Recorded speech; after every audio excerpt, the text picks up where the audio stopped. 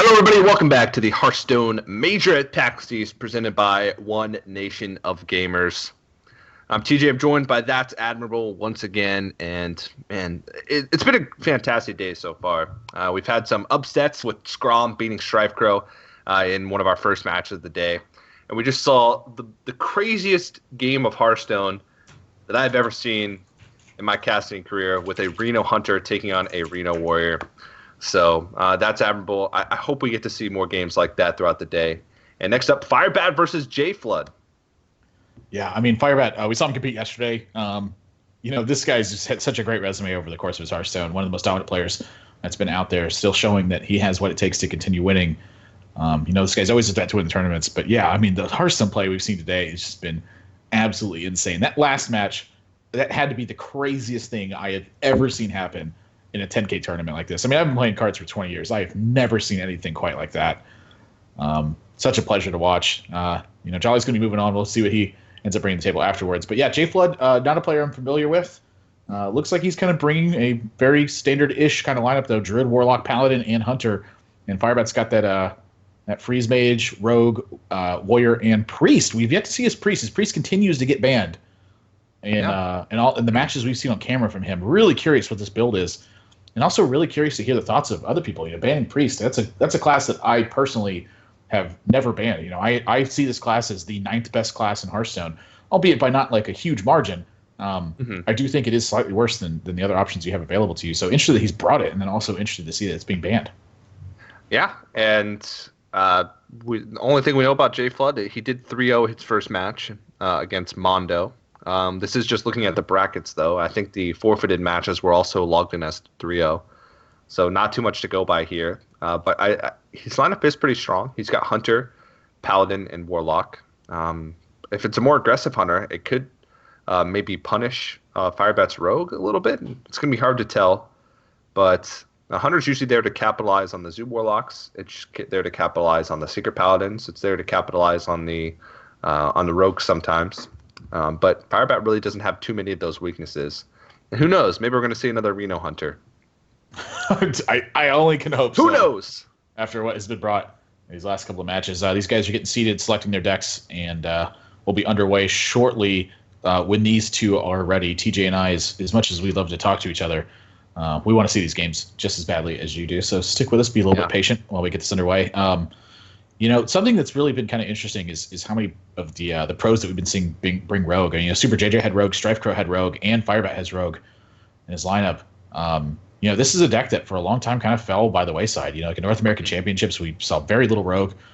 In Europe, it wasn't performing very well during that time. It could have just been metagame constraints at the time, but it seems to be at the very tail end of this week. It's kind of creeping back in. Maybe players just really itching to play Blade Flurry before it gets nerfed. If you guys haven't checked it out yet, Blade Flurry is moving from 2 mana to 4 mana and will no longer damage players afterwards. And Firebat's actually a proponent of that card. He says it's still a card that he will play in Rogue afterwards. It's one of the best AoEs. It's kind of necessary, I think. If you're playing Rogue, you have to have an AoE spell somewhere along the line. And if your only option is a poor one, it probably means trim to 1, not have it be like your main source of damage. And I think that's kind of in line with what Blizzard wanted to do. The new set really bringing kind of an identity to classes. Like a lot of the nerfs that we're seeing, like Druid, Keeper of the Grove's getting nerfed, Ancient Lore's getting nerfed, Force of Nature's getting nerfed. Those nerfs I don't necessarily think are 100% about power level. I think it's about class identity.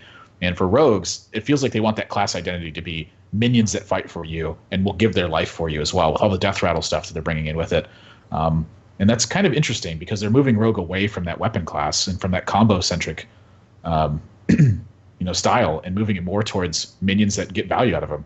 And I think it's sort of the same thing that Warrior's moving towards. Warrior's kind of becoming the weapon class with all the pirates that are affecting weapons and things like that. So curious to see how the metagame's going to be shaping up, but Rogue's certainly taking a hit with that Blade Flurry nerf. Yeah, also could be, it limits their space to design really cool and powerful weapons in the future with Rogue because of Blade Flurry. Sort of the same thing with Warsong Commander. Limited their ability to design cool minions that had 3 or less attacks. So it wasn't just because of the current iteration. It was also because of the future iteration. So definitely excited to see the future of that. But for now, we're stuck with the good old 2-mana Blade Flurry that hits the face. Yeah, buddy. We'll see if Smork 'em. we'll see if Firebat can pull this one through. But this is a round of 64 match, I still believe. So we still got a lot more Hearthstone to come today. We're going to be here all day. Yeah. I mean, we started at this time yesterday on the West Coast for us. So we've been here since 7:30 a.m. now at this point. So a lot more Hearthstone to come. Again, these players, it looks like one of them's having a login issue at the moment. So we're trying to get that resolved as quickly as we can and get this match underway. Mm-hmm. But yeah, it's just kind of, Freeze Mage coming in too. I mean, we've been seeing this deck kind of evolve at the very end of it as well. It's moved, a lot of these versions have moved away from Archmage Antonidas and moved towards the Forgotten Torch versions. And that's really interesting to see to me. Archmage is just such a powerful card in that deck, provides you so much long-term damage. But a lot of the Freeze Mage players have said, you know what? The matchups where I need Archmage Antonidas, they're typically bad matchups anyway. So I can improve my matchup versus other things by having more early utility and just, eventually drawing the fireballs that I get, or the Roaring Torches rather, that you get from Forgotten Torch to deliver that end game damage. Yeah, very true. And I really like Firebat played some of those matches yesterday, and he navigated them pretty well. So looking forward to seeing that. But while we're waiting, if you guys are watching from PAX East, if you're watching from the PAX East floor, or maybe if you're taking a break, watching on your mobile device outside, ONOG has actually created an app specifically to test out this weekend for PAX East called the Battle Zone app. So if you're at PAX East, go ahead and on your app store search for the Battle Zone Beta. It's by ONOG, or One Nation of Gamers. What it does is it will search for other players at PAX East that are using that app, and you can actually battle them in Hearthstone. And the app has a live ladder, and at the end of the day, the players are at the top of that Battle Zone Beta app ladder will receive prizes, cash, Razor gear. So if you're there at PAX East, or if you're planning on going, make sure you download that app and start battling against your friends. We gave out 5 prizes yesterday to the players that were at the top of the ladder at the end of the day. And so you can head over to play.onog.gg if you want more information about that, or you can just head over to the GEICO Gaming booth, and I'm sure someone there will be happy to help you out with that app. Also, we'd like to give a big shout out, of course, to GEICO Gaming and Video Game Voters Network for sponsoring the event. And of course, CyberPower PC, DX Razer, and of course, Asus Republic of Gamers for helping us out with the hardware for this major at PAX. It's a cool thing. This was sort of added to the 2016 circuit very recently. And it's a 10K tournament with 43 Hearthstone Championship Tour points. So I love what One Nation of Gamers and I love what GEICO Gaming has been doing for specifically the North American scene. But now with this major adding in some European players as well. We saw Super JJ. It's a really cool thing to see with a big open events like this. Yeah, I mean, I always love the opens. I mean, the bigger events get kind of the more prestige they carry along with them. And with the ONOG series, I mean, $70,000 now with this one being put into prizes for tournaments. It's such a big deal. And this one also having the 43 championship Hearthstone Championship Tour points on the line. It's drawn players from Europe to come compete in this event, and that's kind of a big deal. I mean, that's a flight over the Atlantic to come compete in an event, in a single elimination event at that. The points just being so important to these guys leading into BlizzCon. The competition in the next couple of years, it's going to continue to step up and continue to scale, and that's always something exciting, not only to compete in but also to see. Yeah, very true. And, of course, the winner of this major also gets a spot at the PAX Prime Grand Finals for the 2016 One Nation of Gamers circuit, which is going to happen in August. So that's another big deal. So far, the players that have made it there were Everstiction, who won the feature tournament #1 from New World Esports, and, of course, Dog from Liquid, who won the feature tournament #2, who made it. So 2 pretty great players. Everstiction coming from the Open. Dog, of course, being one of the invites for the feature tournament. The lineup's already stacked. I'm really excited to see who's going to make it for the finals this time. But looks like we are ready. Talkstone has completed, and it's time for us to jump into the match. Yeah, buddy. Firebat's going to be leading with Freeze Mage here, where Jflood looks like that Hunter deck, Haunted Creeper, Knife Juggler, and Abuse Sergeant in hand. And this may have been one of the matchups he was looking for. I know if Hunter it is going to be Warlock instead. Sorry, MK Boss is going to be finding its way into hand. I was going to say if the Hunter gets off to a good early start, it's one of those times it could be a little bit tough. But Warlock Zoo Warlock at that versus Freeze Mage. This is kind of what Freeze Mage was built for, was to tackle matchups just like this one. Yeah, exactly that. There are some key cards to look out for in this matchup for Jflood, though. Iron Beak Owl with Loatheb. Those can definitely put some wrenches in the Freeze Mage's plan. If you can interrupt a Doomsayer turn, or if later on you can block a turn where the Mage player was going to use to sort of survive or even burst you out. Brand Bronzebeard can get a lot of value as well, because it'll either draw a removal or stick on the turn, because that 4 health mark can sometimes be tough in the early stages of the game. Yeah, so a couple options here for Jflood. Curious to see what he's going to go for. Mad Scientist providing a little bit of early value here for Firebat, but Imp King Boss. Nothing really easy to contest here from Firebat. I mean, you can start doing work on that Haunted Creeper, but if there's one thing I know about Firebat, it's that he loves to draw cards. Honestly, I'm curious why he even puts Blood Mage in the deck. He just, every time I see it in his hand, he always just plays it. Yeah. It's just an extra cycle, I suppose. Yeah, I mean, I tend to use Blood Mage Thanos as just cycle more times than I ever use it for, spell damage. Especially with a hand like this, where he's playing against a board-centric deck. He does have Doomsayer Frost Nova, but the rest of his hand is just burn. Yeah, I mean, that's kind of something that's interesting about Blood Mage too. The fact that it's so flexible to either be a spell damage in the late game or to just be a cycle early on. Very strong card indeed. Hopefully, I'd like to see that get a little bit more played after the rotation. Hopefully, a card kind of steps back in the metagame. Brand Bronzebeard for Jflood, and that is usually a priority kill. I don't know if Firebat, outside of Frost Nova, Coin, Doomsayer, really, or Fireball, has a way to take care of this right now. Surprised that he didn't play the Abusive Sergeant. Yeah, I think holding back here is probably a little bit better than just, throwing caution to the wind. If he sees a turn like this, he gets to keep Abusive Sergeant in his hand. And this is pretty much the nightmare turn for him. No real way to answer this. He's second Abusive Sergeant in hand. He needs Iron Beak Owl if he's going to stop this. Otherwise, Firebat's going to have a great turn. And that's going to be Acolyte Ping reaching this board now. And this Firebat has just pulled way ahead in this match. Yeah. That's sort of the ideal situation that you want. You want to be able to develop a minion or draw after you clear the board. And that's sort of both. He does both of those things on the same turn. So Firebat is in a great spot. He also has a lot of burn. I mean, even just right now, he has 25 points of damage in his hand. Yeah, you're kind of seeing... you kind of see that other side of it, just like where this deck went away from Archmage and just chucks burn at your face. Yeah. I wonder if that Knife Juggler is going to be the priority. Ooh. I'm just going to take his time to deal with it. It says I have enough cards. Wow.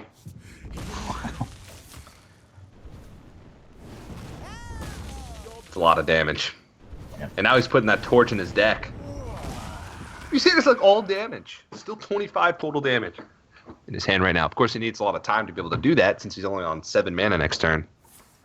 Yeah. Jflood's hand's pretty stacked with utility at the moment, though, so I'm just going to have to go with this for now. There's a lot of burst in hand, though. Yeah, a little bit 12 scary. points. 14 if you consider the Direwolf Alpha with 2 targets on the board. Burst as well. Doesn't go with the Direwolf Alpha. I'm a little bit surprised by that. Maybe a nod to Blizzard at this point. Blizzard suddenly looks like it's atrocious on this board. But Firebat, I think, is content with this. Like, just very little damage put on board from Jflood. Yeah. I think if he didn't draw the Alexstrasza, he might start throwing spells at the face that turn. Just start getting the damage. But he does draw Alexstrasza, which means he can play a little bit more cautiously.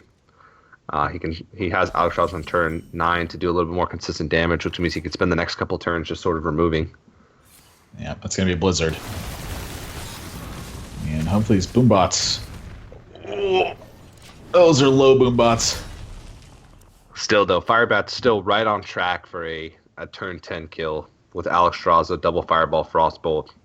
Jflood would have to, pop the block this turn in order to stop it. Or have Loatheb. And draw Loatheb. So he'd have to have very timely draws here. So Jflood nods his head. He knows this is somehow how the cookies crumble. Yeah, he has to life tap for Loatheb, I think, this turn.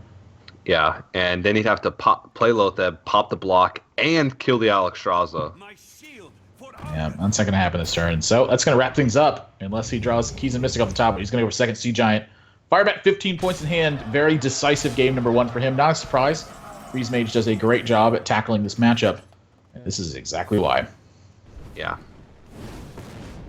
Jflood just nodding his head. Yeah, so Firebat's going to set himself in a great position. That's the matchup that he wanted going first.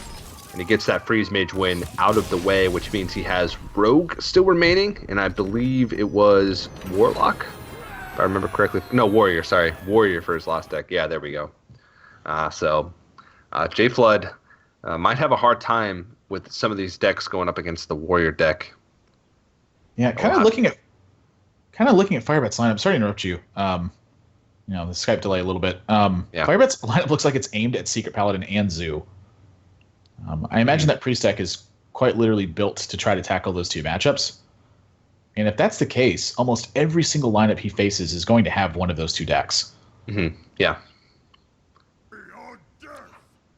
Yeah, Murloc Paladin. Another Murloc Paladin. We've seen, what, like 2 Secret Paladins? We've broadcast, 10 matches so far, and it's been like 5 Murloc Paladins, 2 Secret Paladins, and like 3 mid-range Paladins. This is crazy. So many people are playing this deck now.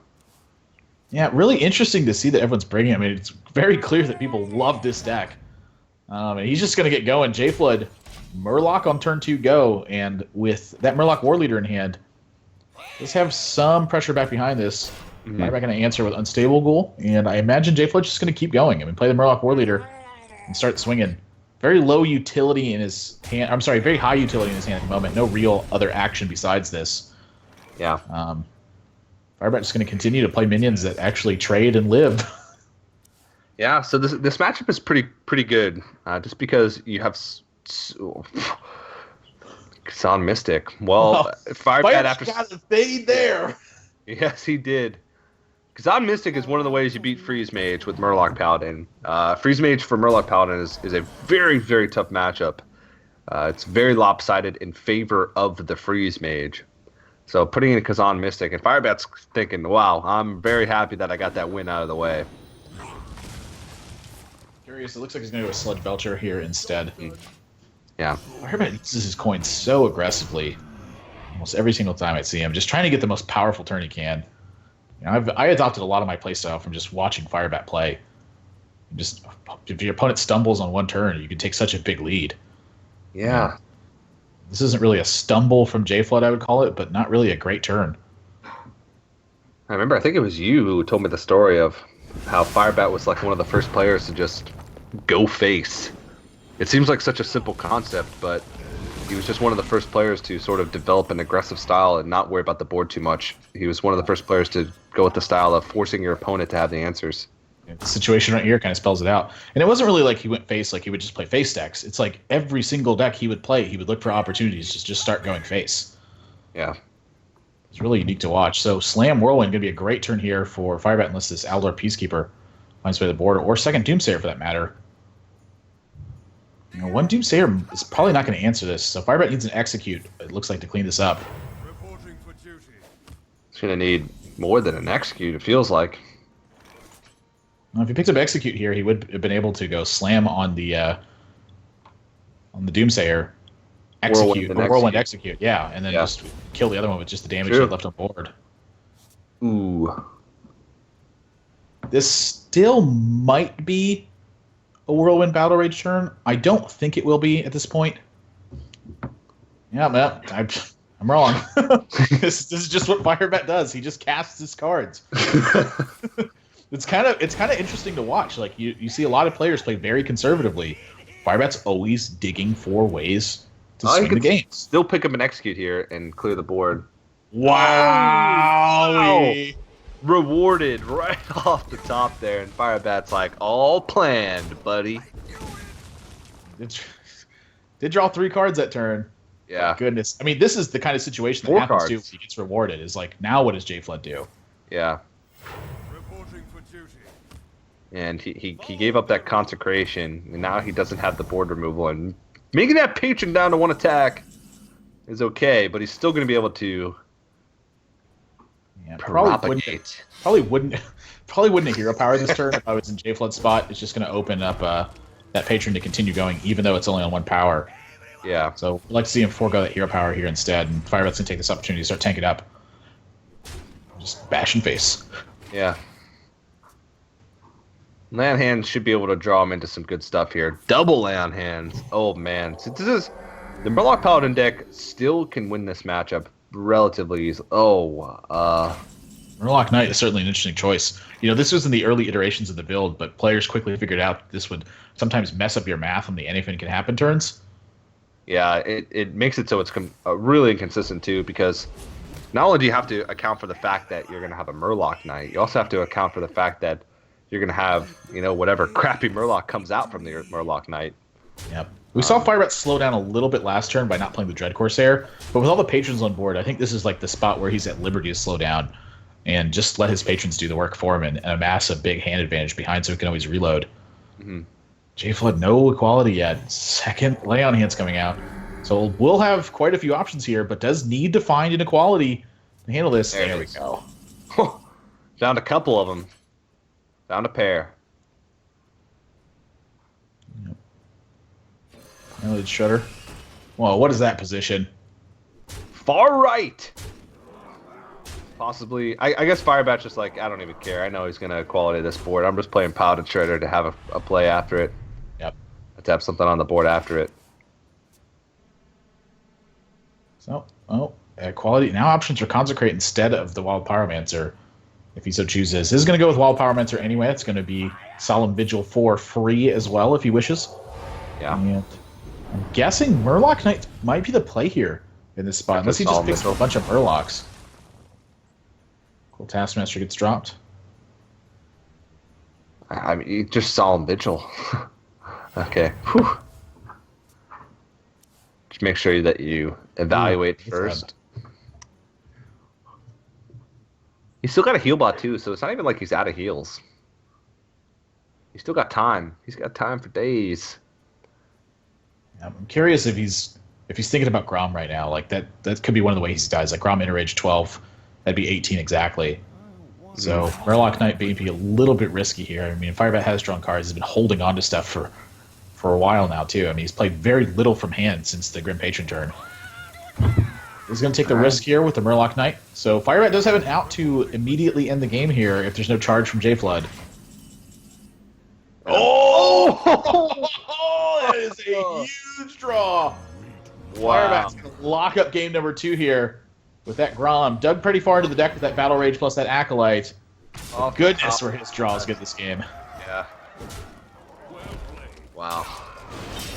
Still, though, put himself in a pretty good position. Jflood, I think, he played just about as well as you could have in that match.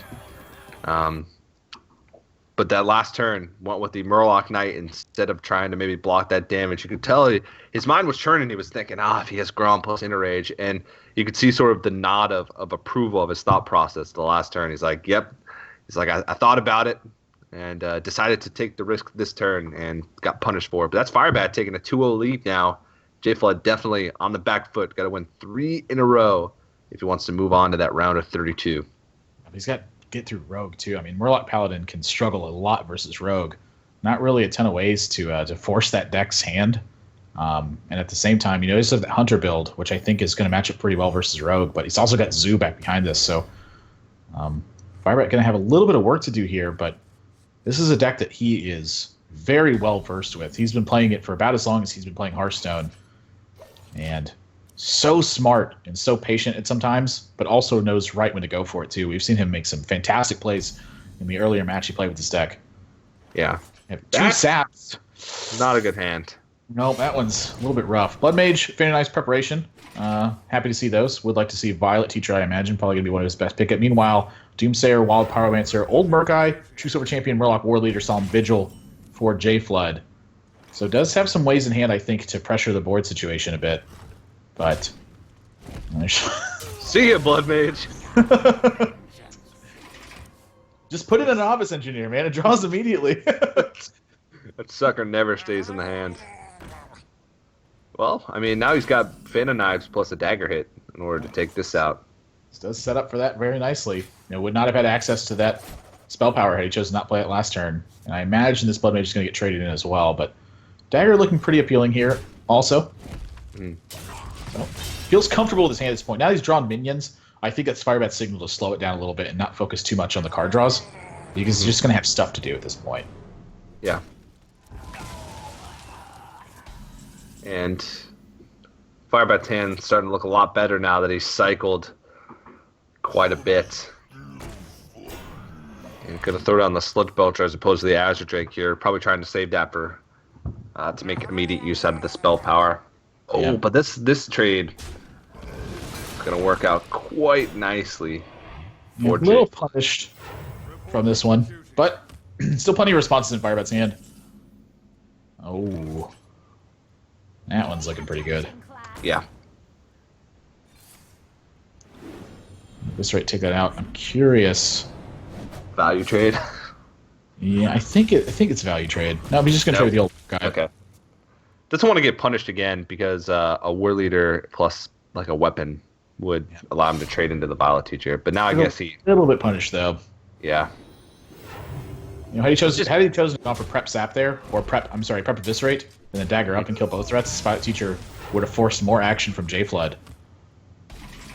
But maybe that's not on Firebat's mind. Maybe he doesn't want Jflood to have to be responding to stuff and just looking to build that big board state. With preparation and Tinker Sharpsword in hand, does have access to a lot of damage later on. Plus Deadly Poison now. Draws into a Blade Flurry. He's got a huge turn on his hands. And still got some cycle. But Jflood's been doing a pretty good job of just keeping this board nice and clean. And he's got the cycle. He's played a few Murlocs. So he's been doing pretty well for himself. Oh yeah. He's going to be able to fit both of these Solemn Vigils in. Yeah, good play for Jflood here. Draw lots of cards. That's really what you need to do in this matchup to keep going too, is you need to be drawing cards this one. And he could play the Bluegill Warrior on top of that. Now that he's drawing that, so opening himself up to some really nice turns here. Using that coin to basically turn that coin into 2 cards. Looking pretty scary now for Firebat. That was a really big swing turn for Jflood. Yeah, Firebat going to continue to draw here. Prep Sprint available. He's looking for damage more than he is for card draw right now, though. Yeah, Jflood's looking like he's coming up on some pretty strong turns here. He's got True Silver Champion to answer this Drake. He can Loatheb Aldor Peacekeeper if he wants to, also. To lock out spells. A lot of good plays. Yeah, True Silver Champion, he doesn't really play anything else with it. This might be a good Doomsayer turn, just to try to keep the initiative. Yeah. So Doomsayer, Hero Power, pass it. So it's going to be really hard for Firebat to really develop anything into this without without using something on the Doomsayer afterwards. And obviously he is going to sap with that Violet Teacher. So sap SI7 agent going to come down. And this Violet Teacher is a little bit more protected. This will force action from Jflood's hand. Now this is one of those scary turns. Rogue plays a very similar style to Druid, where it's trying to stick a minion on board and then punish you for leaving that minion around. Yeah. And he's got a lot of burst in his hand. He's still missing the Blade Flurry to sort of complete the package. But he does have Sprint. Lotheb's going to sort of buy him a turn. Oh, wow. He actually plays the Murloc Knight as well. Okay. Takes out the SI7 agent here. Violet Teacher does stick to the board, but under Lotheb, not too scary. That's a Blade Flurry that's picked up. That is... Whew! Yeah. All spells. And it looks like Firebat's just going to hit the face and pass. Yeah, it might be sapping here. Sap the Murloc Knight? I'm not sapping the Lotheb. I don't know. It is a 5/5. Yeah, but he's just going to choose the sap. Says he has the damage to push through a Sludge Belcher should it come down. Yeah, that is a lot of damage set up for next turn. Yeah, it's 12 damage just from hand alone. And that's if he doesn't have a minion going into next turn for Oil to hit on. Jflood have 20 damage, I think? His 2 Bluegill Warriors, a Murloc War Leader, and an old Murkai have died this game. So it's going to be 2 from the old Murkai, 2 from each of the bluegills. That's 6. He gets 6 more on those from the Murloc Warleader. That's 12. He gets 3 more from the old Murk-Eye. That's 15, and 5 from the Lothab. That's 20. Wow. Is that going to be 1 damage off? It is. It's 1 damage off. Wait a minute. That's 2 Warleaders and 1 Bluegill Warrior. Oh my gosh, 1 damage off. And I think Firebat's going to lock that up with that. Yeah, it's the same amount of damage with 2 Warleaders or 2 Bluegills, and one of the other. So yeah, that's exact. He should be 1 over lethal here if I counted correctly last turn. So it's going to be a 6 power. Tinker Sharp Soil. That's 12 damage, 13, 14, 15, 16, 17. That's 17 damage. Firebat going to close out the series. 3-0 versus Jflood, who was 1 damage off of killing Firebat. Wow, unbelievable. Yeah, there's just those breakpoints that you have to keep in your mind when you're playing Murloc Paladin. And those breakpoints are usually 15 and 22. With 4 Murlocs played, it's 15, and with all 5 Murlocs played, that first one deals 22, I believe. So, unfortunately, he might have thought he played all of them, but maybe miscounted a little bit, or maybe he just wanted to play that to present a strong board and to clear out the Violet Teacher. But either way, Jflood going to fall 3-0 in Firebat once again, seemingly like yesterday, quickly moving on to the next round. We're going to see him in the round of 32 now. Yeah, very strong performance from him. The only thing I think that Jflood might have been able to do differently was that True Silver Champion turn. Like if he'd hit face instead of hitting the SI7 agent, would he have been able to push in that damage? But at the same time, leaving the SI7 agent on board would have meant that Firebat had an option to trade into the Lothab at that point. So kind of interesting to see how that game would have gone had he chosen to attack face instead of attacking the SI7 agent. But that's a tough one to spot in the moment. So yeah, can't blame him for that one. But good performance by him, I think, with Murloc Paladin in terms of his gameplay. Deck not performing against what Firebat's brought. A lot of kind of combo-y stuff that just burps stuff on the board and hopes that it gets you at the end. Hopes that it gets you. Didn't get him, though. And that's going to be that series wrapped up. And next series coming up is going to be a pretty good one as well. It's going to be Kalento, another Cloud9 player. That's going to be 3 that we're going to see today versus Rain. So we're going to have to take a quick break before we jump into that match. But don't go anywhere, guys. The continuation, like I said, we're going to be here all day. The continuation of the Hearthstone PAX East Major presented by ONOG will continue right after this.